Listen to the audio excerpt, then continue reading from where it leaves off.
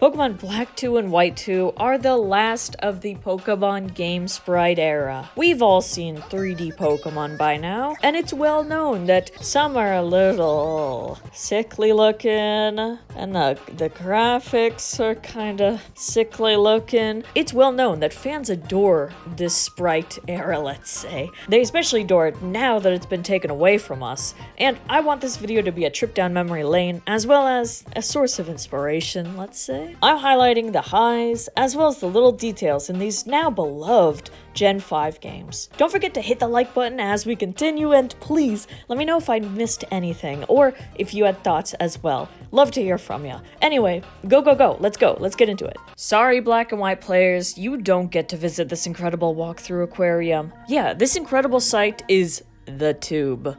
The marine tube, which was under construction at first, but then it wasn't, and it's a sight to behold. It's thick glass, it's crossing a 6-mile deep ocean trench, lots of Pokemon you can view naturally. You can see different Pokemon at different times of day, so if it's 12 a.m. to 5:59 a.m., you're gonna see Basculin and Frillish. If it's 6 a.m. to 8:59 a.m., you're gonna see Basculin and Alomomola. Wow, what a name on that Pokemon. What a Pokemon. Please put Love Disc in the aquarium thing. I want to see Love Disc. Said no one but me. 9 a.m. to 2:59 p.m. is Basculin and Mantine. Lovable Mantine. 3 p.m. to 4:59 p.m. is the main attraction, baby. It's a Wailord. But then 5 p.m. to 11:59 p.m. we're seeing Basculin and Frillish again. Alright, happy hour is gonna be Wailord time, but all the other times are cool too. This thing blew me away when I first saw it, and keep in mind, I did not see it when Black 2 and White 2 came out, because I did not play the game. I know, I'm a fake fan.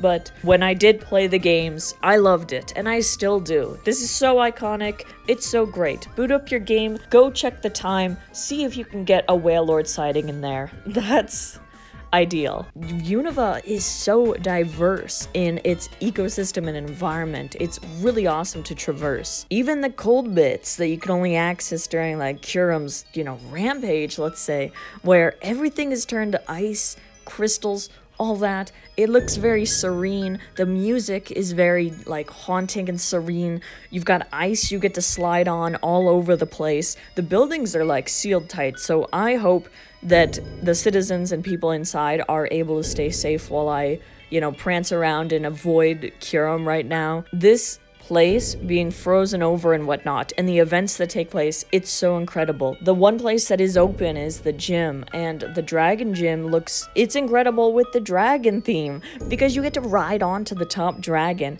Not only do you get to battle trainers there, you get to decide movements as you scale upwards. Once you scale upwards, you're given this cutscene with the two dragons smashing heads together, it seems, and you finally get to battle the gym leader there.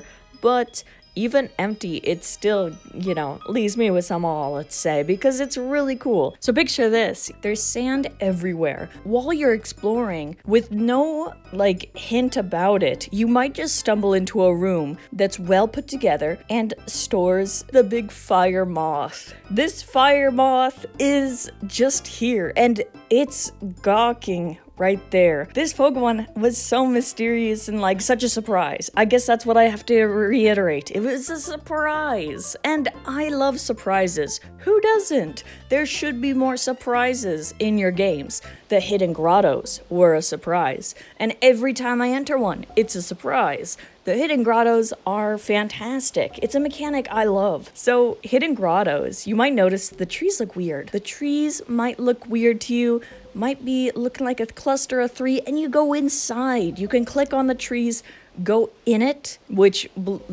surprised me when I first did it, and I was so curious. I was so engaged. I'm like, what is this?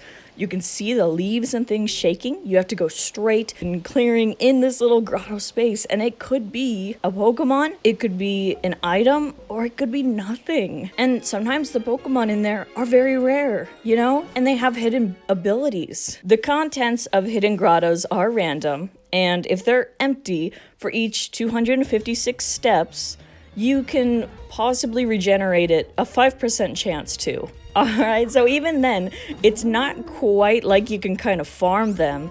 You certainly can try, but you take all these steps and then you're gonna have to just hope that there's something in there, like a little % chance. But if you do your 256 steps and then you get in that little 5% chance, usually you can find something different than what was inside previously. But if you want to have a pass power, the chance can be increased. The Hidden Grotto pass power. Interesting. And if you're trying to cycle them, hidden grottos will not regenerate unless the items are obtained or the Pokemon are caught or defeated by the player. Just a little things to know if you want to go hunting in there. Because as I said, you can find a few of them throughout and you can find some good stuff. The charming thing I find is this adorable market in Driftveil City. I don't know why I love it so much.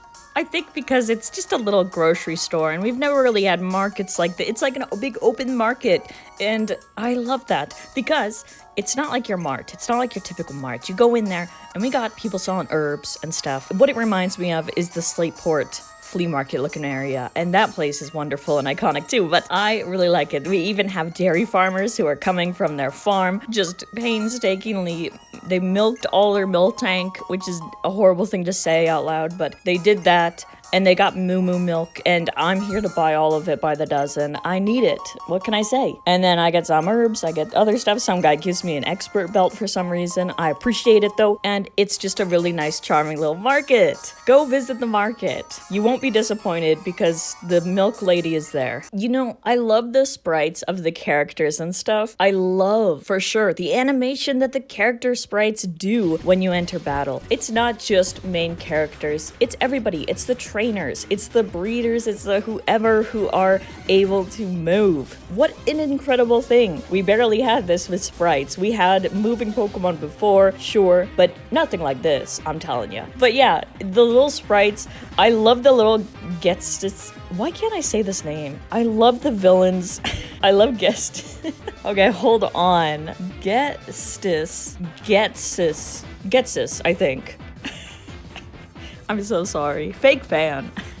I love when he slams his cane down. I mean, it's threatening. It's threatening, but it's kind of fun seeing the little sprite person do it. And even going into battle, love the theme, love the vibe, love the new goth Ghetsis.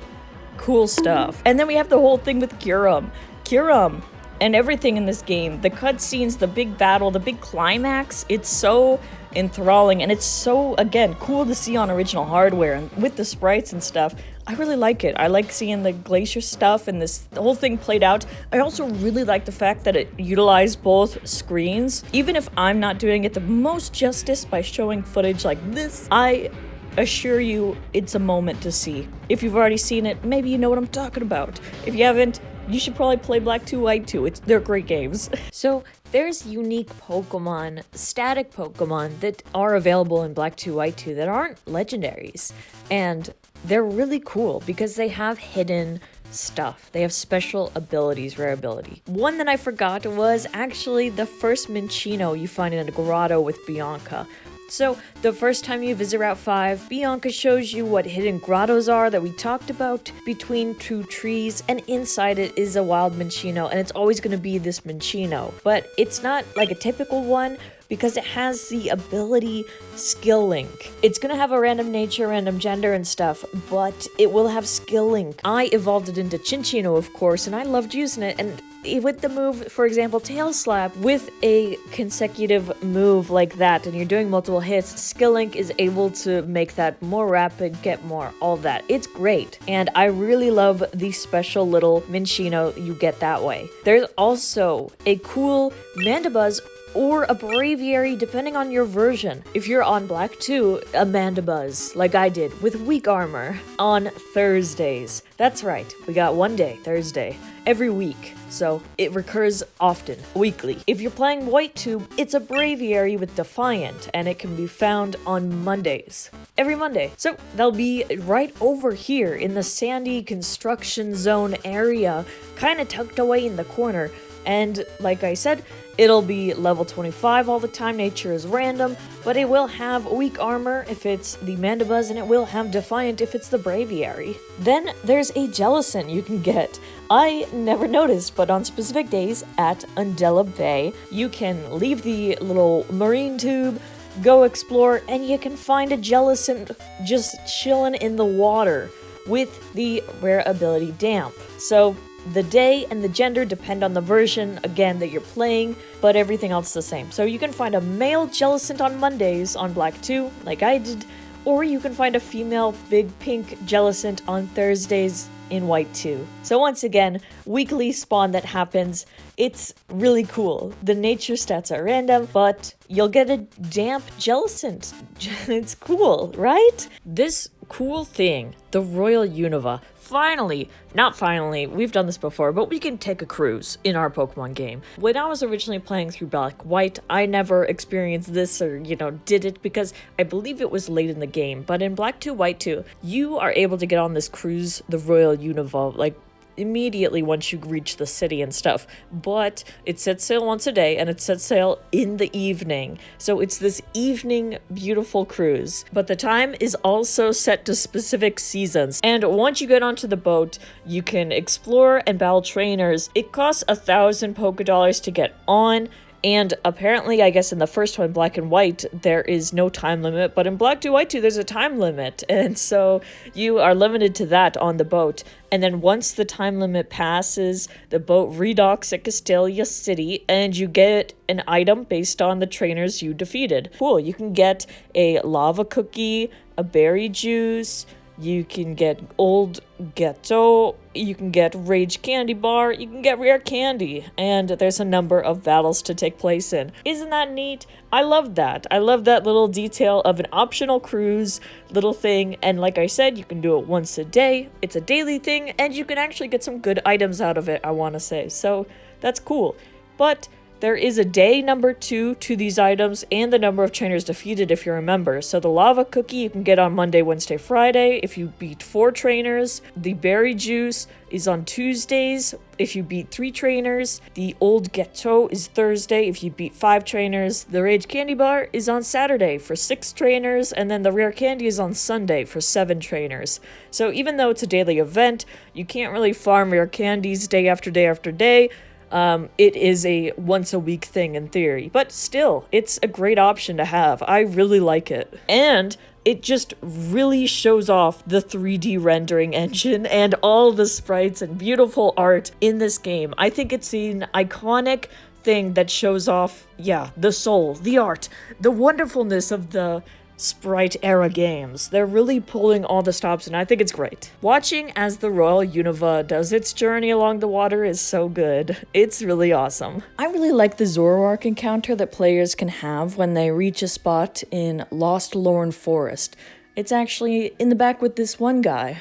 There's a hiker-looking dude with good eyes who spots my Pokedex immediately, even though I didn't have it out, asks about one of the best Unovan Pokemon, and keeps going on a spiel about it before ultimately leaving and revealing its true self. I think that's a great little interaction to show off Zoroark as a Pokemon, but there's another Overworld Zoroark who hangs out in Victory Road. It's not until the post-game that the little sis character tells you about the Zoroark calling your name, and you can travel back to Victory Road in order to see it and follow it. You follow it through various places until you both come across a set of long stairs and head into the Team Plasma Castle, now in ruins, in shambles, and you reconnect with N. This encounter with N turns out to be a game of follow me, where you explore the castle along with N, who can provide details on the locations and all that stuff. At the end of the buddy tour, you get to challenge N to a battle with his Zekrom. What an iconic image.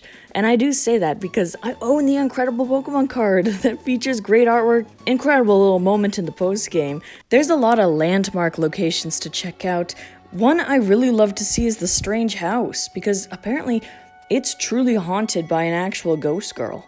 Once you get access to the Big Marvelous Bridge, you can head towards the direction of Black City, come across a girl who then abruptly disappears. You have another witness there to confirm it. It's the fact that this girl literally zapped out of sight, and everyone talks about the Gen 6 ghost girl, but what about this one? She has this whole house to herself to mess with the furniture and all that. Always fiddling around, and this place is also, of course, filled with ghost Pokemon that you can catch.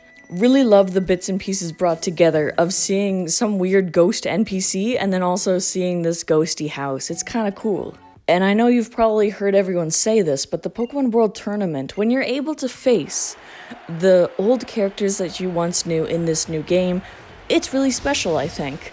It's so cool to see these past characters and to have them be shown off in these wonderful sprite renditions and animated brilliantly. Plus the music kills, the atmosphere is thrilling, and it's just a great thing to play through. Then the Pokestar Studios. You know, Pokestar Studios is also quite fun. I like the idea of taking part in movies. It's unique, it's charming, it's a nice little change of pace, and you're able to battle in different ways and different roles. And once you do the initial mandatory film, you can then unlock other ones to do with varying themes, like a haunting ghost film, horror film featuring possessed trainers like this janitor. You guys are fighting in a cemetery. At the end, based on your decisions, you can have the bad ending of like just your character turn into ghost. But there's other ways to take it. And there's a fun love story one, thanks to the Smeargle in it. The Smeargle is so over the fact that the trainers are doing this lovey-dovey thing and just wants to grab the prize money, destroy my Lickitung with all his might. Look at that bow on that guy. He's just dying to use Guillotine to end this battle in a victory. And this is happening while the characters are all being weird with each other. You can play this differently in films as well, you know? You get to choose the dialogue after all, and you get to choose what moves are used and stuff like that. So you do get a choice in the steps for the film, and that can impact how well it does and stuff. I'm really good at making movies that flop. Even during the love story one, the French director was hating my line choices, but kept them in the main movie anyway. You know it's a French director when the dialogue's written like this. But the love story one is fun, and the rest are also charming, and I highly recommend trying it if you want to experience it or go for that gold trainer card, since it is a requirement. Plus, seeing all the different outfits on the character is great. I really love all the different outfits and the like. So yeah, overall, wonderful. I think that's the video. That's hopefully a lot of good stuff. If you're here now, thank you so much for watching. I appreciate it so much. Don't forget to leave a like if you enjoyed it, and subscribe if you want to see more content. I've got related content on the channel and things, and it's great. But also tell me your favorite moments too. I'd love to hear about it, because obviously I didn't cover everything, and I would be curious to hear what other people think are their favorite or highlights or underrated moments. So don't be shy. Thanks again for watching, and I hope to see you next time.